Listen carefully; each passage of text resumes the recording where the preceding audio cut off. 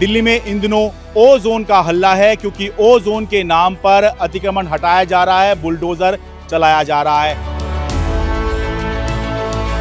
लेकिन जो लोग हैं वो ये कह रहे हैं कि हम यमुना डूब क्षेत्र में नहीं रह रहे हैं, हम ओ जोन में नहीं रह रहे हैं, बल्कि हम वही रह रहे हैं जहां पर सरकार ने हमको बसाया था। ये वाला प्लेन ये रिहायशी एरिया था, इसमें सरकार ने सारी सुविधाएं दी थी।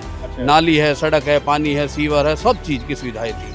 आज सरकार कहती है कि ये सारा ओजोन क्षेत्र, ये नहीं देख रहे किसका घर जा रहा है, किसकी पूरी ज़िंदगी की कमाई जा रही है, और इनको 1 मिनट नहीं लग रहा तोड़ने में। कल हम जब से ये तोड़ फोड़ हो रही है, जब से हम नेता विधायक हो या कोई सांसद हो, सबके पास जा चुके हैं, लेकिन किसी ने भी ये बोला है कि ये तो ऊपर की कार्रवाई है, हाई कोर्ट जाने, हम नहीं जानते हैं। तो वो आखिरकार वोट लेने क्यों आते हैं हमसे, जब वो हमें बचा नहीं सकते तो उनका वोट लेने का हक हमें क्या है? ये लोग जो बसे हुए हैं, इनको बिजली पानी जो भी सुविधा दी है, उन अधिकारियों पे कोई कार्रवाई नहीं होगी। भाई बसे हैं तो तभी तो उनको सारे कागज वगैरह है, तभी तो रह रहे थे ना लोग। अब आज आप कह रहे हैं कि जो ओजोन क्षेत्र में आ गया, किसान जिसका मकान टूट रहा, अगर वो आत्महत्या कर ले तो उसका जिम्मेवार सरकार होगी या ये कोर्ट होगा। विधानसभा ने आपको 90% वोट देके जिताया, आज उस विधानसभा को आप झूठ क्यों बोल रहे हैं? आप कैसे कह रहे हैं पीएम मोदी ने हमारे लोगों को घर देने का काम किया है? हमारे तो घर छीनने का काम किया है।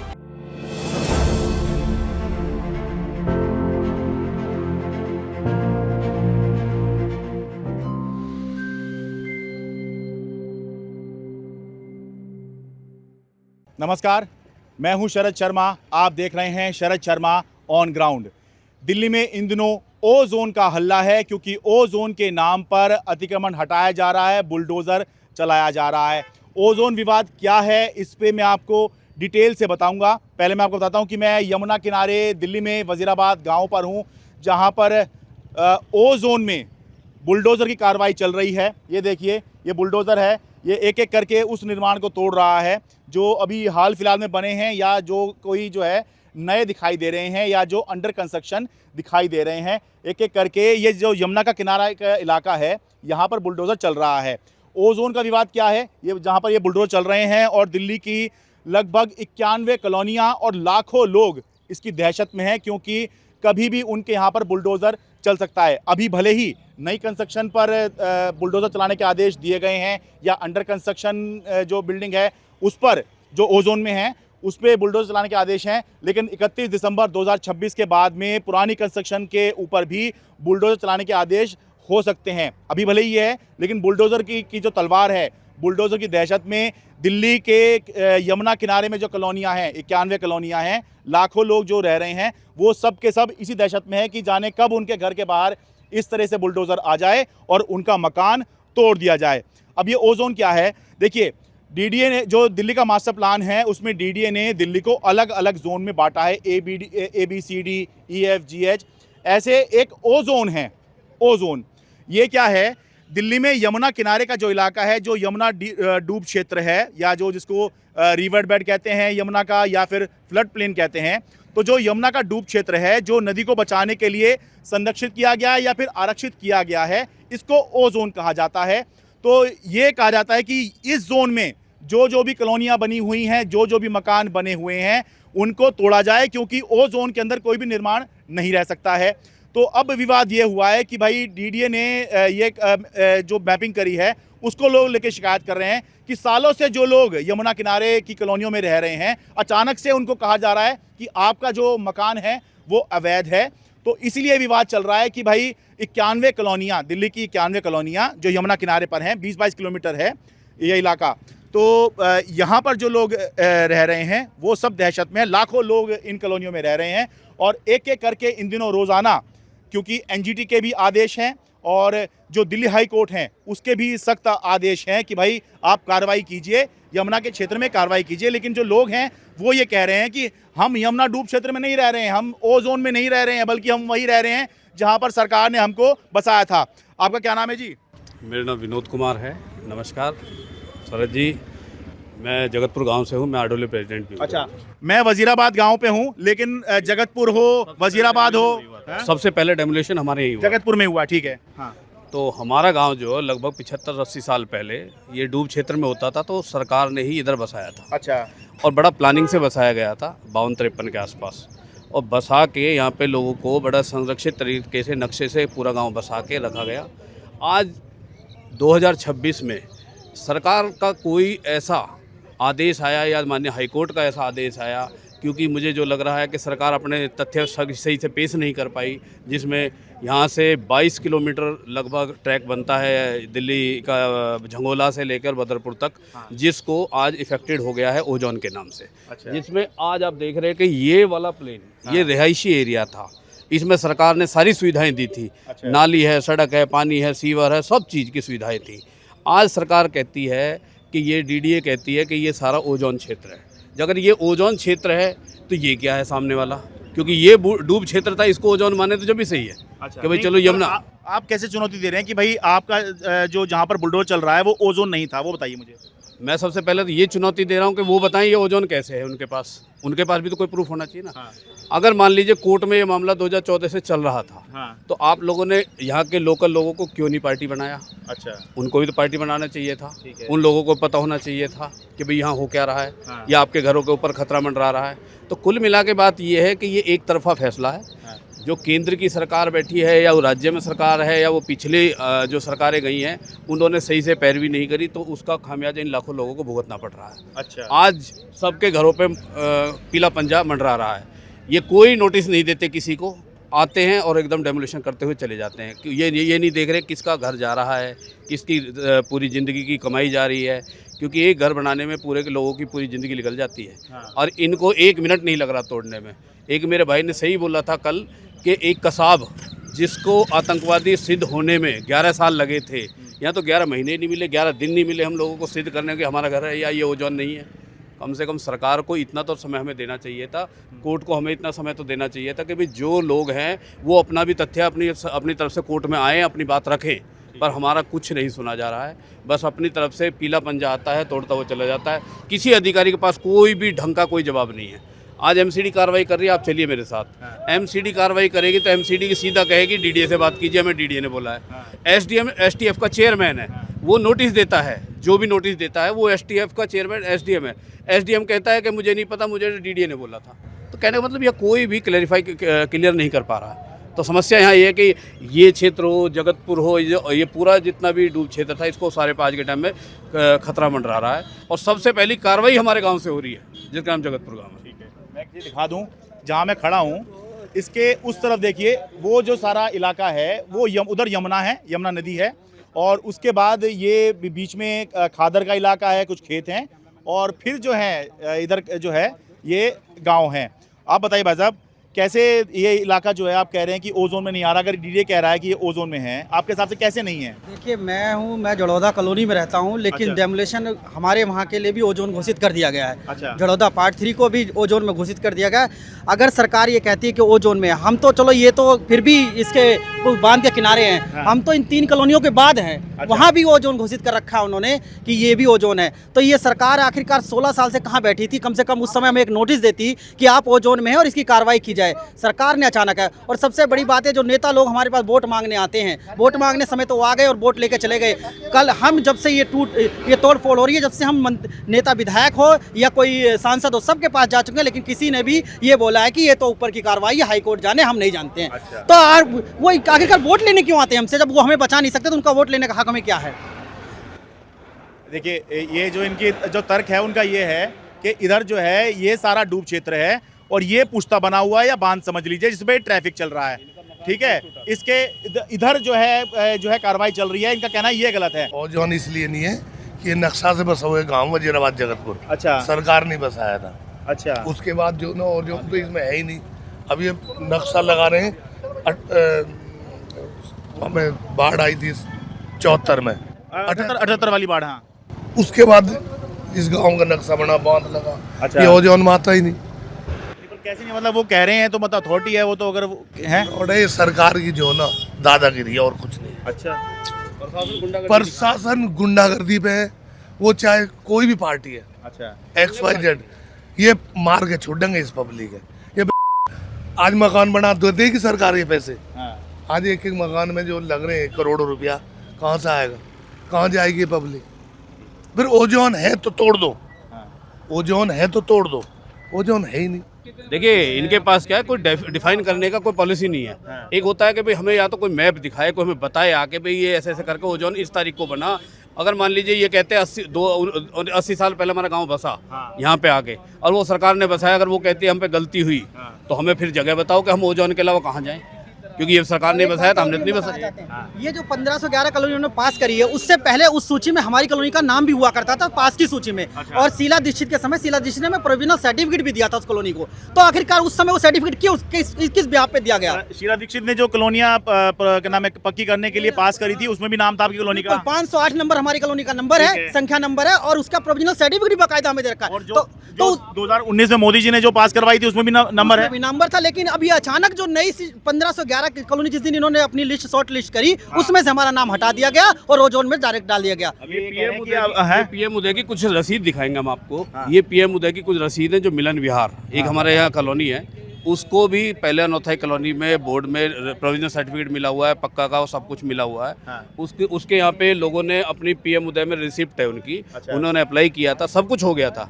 आज होने के बाद आज उनको बोल दिया गया कि आप पीएम उदय में फॉलो नहीं करते, पैसे जमा करवा लिए, उनसे रिसिप्ट जमा करा ली। अब लास्ट में बोल रही है सरकार हम आप पीएम उदय में नहीं आते हो।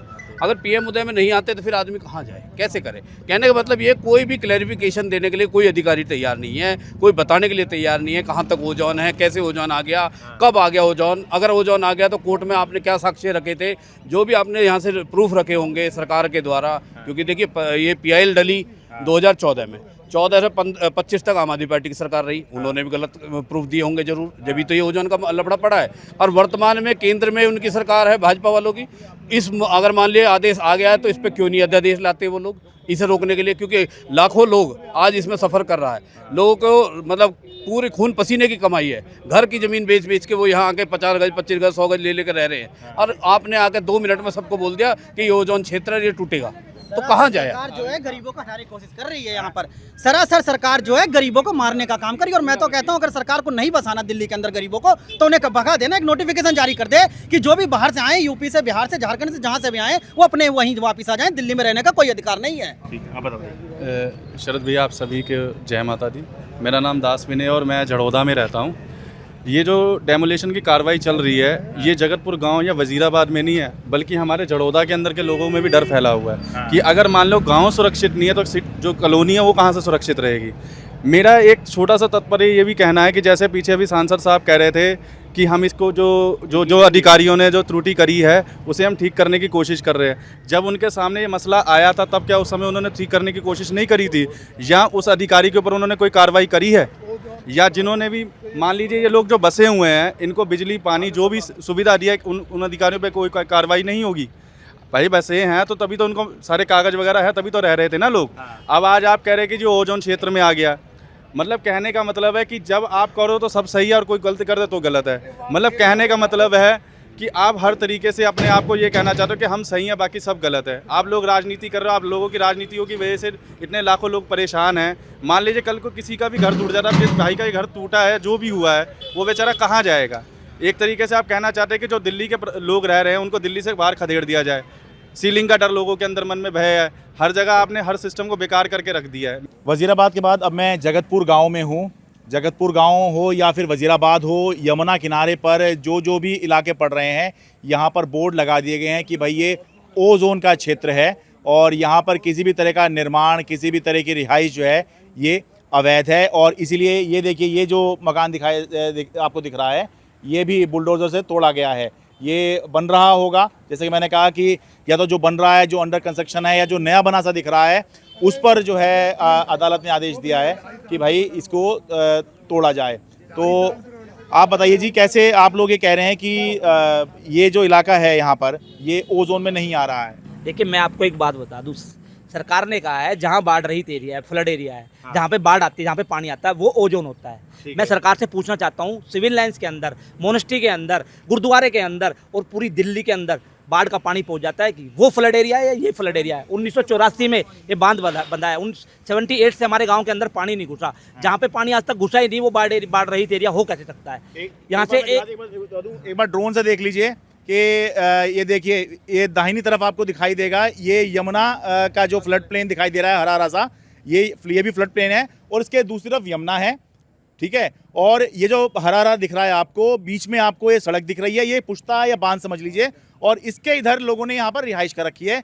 तो इसी बारे में जो है यहाँ के लोग कह रहे हैं कि भाई जो डूब क्षेत्र है वो जो पुश्ता है या बांध है उसके उस तरफ होगा, इस तरफ तो कभी पानी आया ही नहीं, तो फिर ये जो है डूब क्षेत्र कैसे हो जाएगा, यही तो कह रहे हैं आप। हाँ, मैं यही कह रहा हूँ, जहाँ पे पानी जा रहा है जमुना का, सिविल लाइन से पानी जा रहा है, मैं सरकार से पूछ जाता हूँ, आपके उद्योगपति मित्र जहाँ रह रहे हैं, आप उसको ओजोन क्लियर नहीं कर रहे हैं।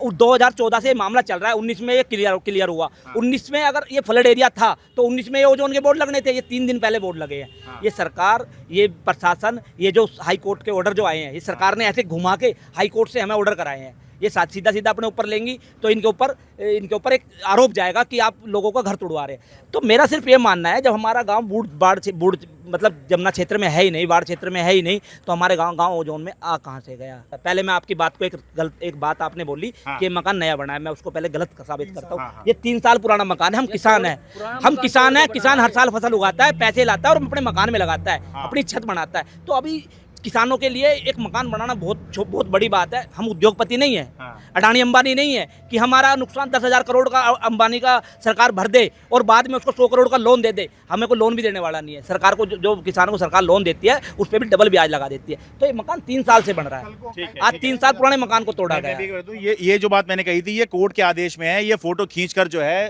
कोर्ट में दी गई होगी। तो कोर्ट ने कहा ये मकान कैसे बन रहे हैं। मैं इनकी इस बात से सहमत हूँ कि हाँ, ये भी होता है कि भाई किसान जो है अपना मकान धीरे धीरे बनाता है। भाई किसी पे अभी पैसा नहीं है, जितना पैसा हुआ उतना बनवा लिया। भाई अब पैसा हुआ तो अब नींव डलवा ली, अब पैसा हुआ तो लेंटर डलवा लिया, अब पैसा हुआ तो अपनी दीवारें बनवा ली, अब फिनिशिंग करवा दी या प्लस्तर करवा दिया। तो इस तरह से भी होता है। लेकिन कोर्ट को ये लगा कि भाई ये जो है हाल ही में बना है तो इसको तुरंत तोड़ा जाए, इसलिए कोर्ट ने आदेश दिया। ये कल को अगर कोर्ट ने, एक मिनट भाई, कल को अगर कोर्ट ने ये कह दी कि ये जगतपुर गांव ओजोन में नहीं है, हम अपने पेपर जमा करेंगे, तो क्या कल कोर्ट ये भी ऑर्डर आदेश करेगी सरकार को या फिर फ्लड जो इस डिपार्टमेंट को, जो भी डिपार्टमेंट तोड़ रहा है, कि इसको ऐसे का ऐसे ही बनाया जाए और जगतपुर गांव से माफी मांगी जाए? क्या कोर्ट ये आदेश करेगा? क्या ये सरकार हमसे माफी मांगेगी? रेखा गुप्ता आके हमारे गाँव के लोगों से, जो आज हमारा गाँव डर की स्थिति में है, आप गाँव के अंदर चलिए, आप गांव के अंदर किसी बुजुर्ग से पूछिए, बुजुर्ग के पास जाएंगे, बुजुर्ग तुमसे खुद पूछ लेगा कि भैया हमारा घर, ये गांव पूरा टूट रहा है क्या?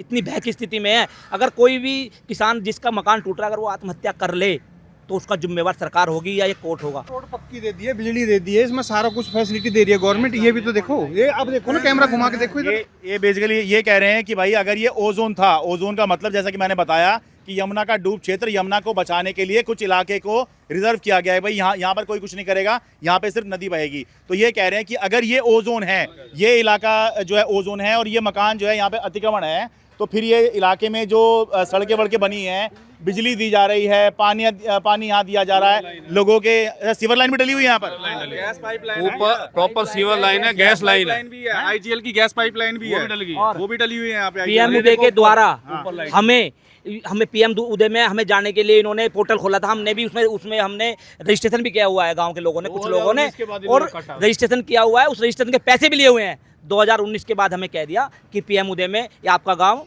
ओजोन में आता है। अब मैं, मनोज तिवारी जी ने वहाँ पे बोला, अपने घर हमारे गांव के बुजुर्ग गए, उन्होंने बोला कि बाबा, हमारे बहुत बुजुर्गों से बोला, बाबा नरेंद्र मोदी जी के सिपाही हैं, नरेंद्र मोदी जी ने पीएम उदय द्वारा लोगों को घर देने का काम किया है, छीनने का काम नहीं किया। आज मैं आपके चैनल के माध्यम से शर्मा जी पूछना चाहता हूँ इस सांसद से, अपने से, कि जिस विधानसभा ने आपको 90% वोट दे के जिताया, आज उस विधानसभा को आप झूठ क्यों बोल रहे हैं? आप कैसे कह रहे हैं पीएम मोदी ने हमारे लोगों को घर देने का काम किया है? हमारे तो घर छीनने का काम किया है। मेरे गांव के किसी भी बुजुर्ग से पूछ लें, किसी नौजवान से पूछ लें, हमारा घर छीनने का काम नरेंद्र मोदी सरकार ने किया है, इस सांसद ने किया है, हमारे साथ छल किया है इस सांसद ने, हमें झूठ बोला और हमारे लोगों को उग्र लोगों कहा है, उग्रवादी कहा है।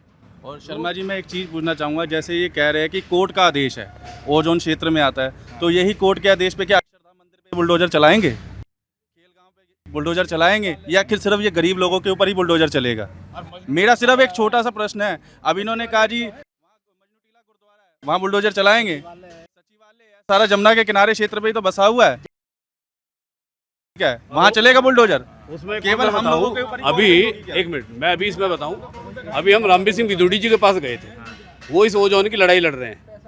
रामवीर सिंह विदुड़ी जी ने एक तथ्य हमें दिखाए, उन्होंने बताया कि ISBT से उधर का क्षेत्र जो VVIP एरिया है, उसको इन्होंने कहीं O जोन से हटा के F जोन में ट्रांसफर कर रहे हैं उस एरिया को। मतलब वहाँ के लिए पॉलिसी अलग हो सकती है, यहाँ के लिए वो पॉलिसी नहीं ला रहे हैं। आप बताइए जी, आप कब से रह रहे हैं यहाँ पर? हम तो पैदाइश ही यहाँ से यहाँ के रहने वाले हैं। अच्छा, ये मकान भी हमारा ही है। अच्छा, ये आपका ही है? हाँ, अच्छा, तो ये मकान है जो आज का बना नहीं, ये पुराना मकान था। तो आपके पास जमीन के मालिकाना कागज है पूरे? हाँ, ये रजिस्ट्री है पूरी? रजिस्ट्री है हमारे द्वारा, सबका फर्ज है, इसकी फर्ज है हमारे पास। आज नहीं बसाया हुआ गांव, 1954 में बसाया हुआ गांव है। अच्छा, अब ये जब ओजोन में तो ये सीवर डाल रहे हैं, गैस लाइन दे रहे हैं, हाँ। सारा वो कर रहे हैं। हमको अब कैसे कैसे बना रहे हैं इसको, किसी से कर्ज ले रहे हैं। तो ये आपने कब से, क्या नाम है जी आपका? रामवीर।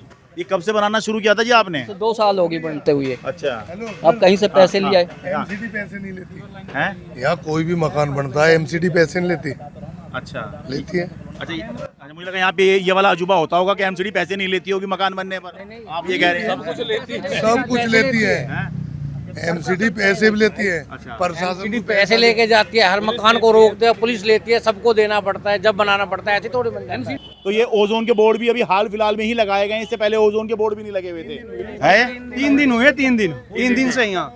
और 70 पहले बोर्ड लगे हैं। 3 दिन पहले? हाँ, उससे कुछ नहीं है। और एक बोर्ड तो अभी मेरे ख्याल से जगतपुर के परले कोने पे भी वो लगाया, परसों लगाया, जब कल लगाया, कल रात को लगाया है। एक बोर्ड तो गांव के अंदर की तरफ कल लगाया। यमुना किनारे पर जो है कॉलोनियों के बाहर, गांव के बाहर में अब बोर्ड लगे हैं, ओजोन है। हाँ, 3 दिन हुए हैं जी 3 दिन बोर्ड से हुआ लगे। और हम ये कहेंगे सचिवालय जो न्यू सचिवालय वो तो जोन में है, बेला रोड है, उसमें तो फ्लड आ रहा है। 78 के बाद से हमारे यहाँ पानी नहीं आया है। भाई दिल्ली सचिवालय यमुना किनारे ही है, बिल्कुल बिल्कुल यमुना किनारे पर ही है। या एक चीज बोलना चाहूंगा, डीडीए का मतलब होता है दिल्ली डेवलपमेंट अथॉरिटी, हाँ। लेकिन इन्होंने उसका उल्टा कर दिया है, दिल्ली विकास, अपना दिल्ली विनाश अथॉरिटी, दिल्ली विनाश अथॉरिटी कर दी है।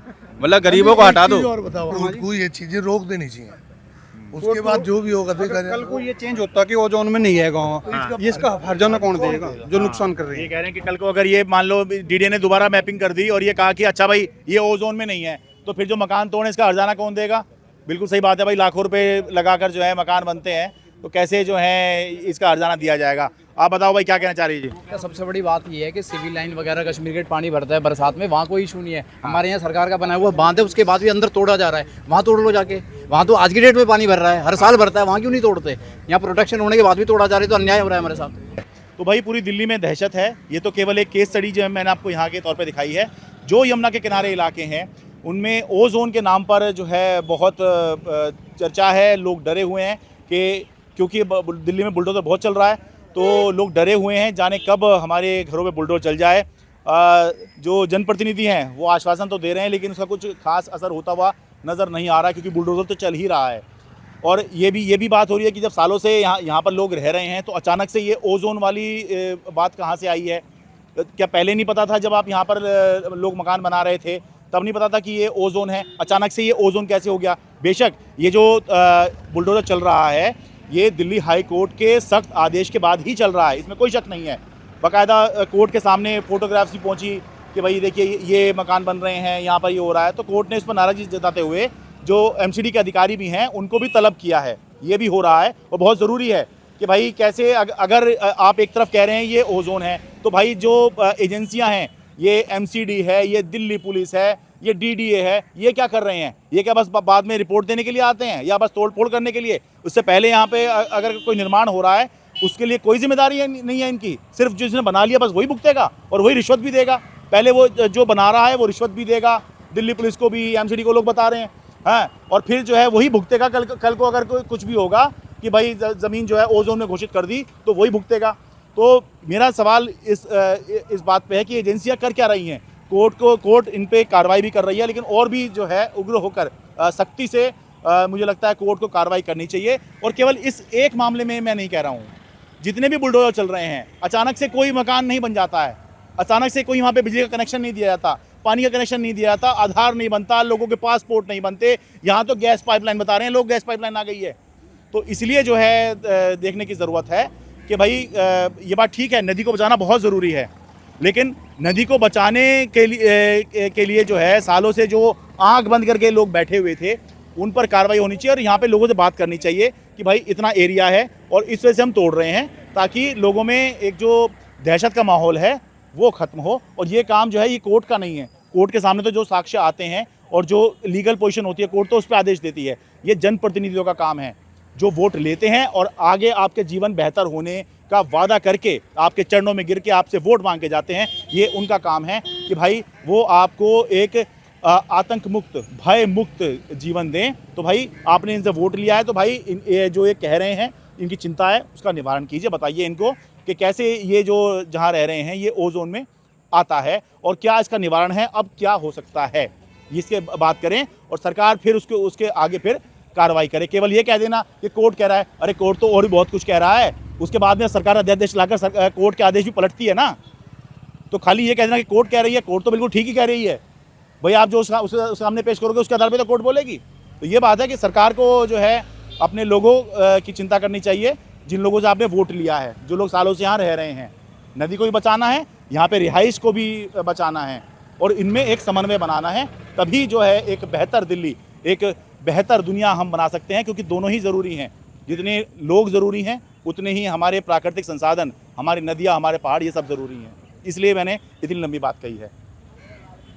जगतपुर गांव से अपने कैमरा पर्सन अमन कुमार के साथ में शरद शर्मा।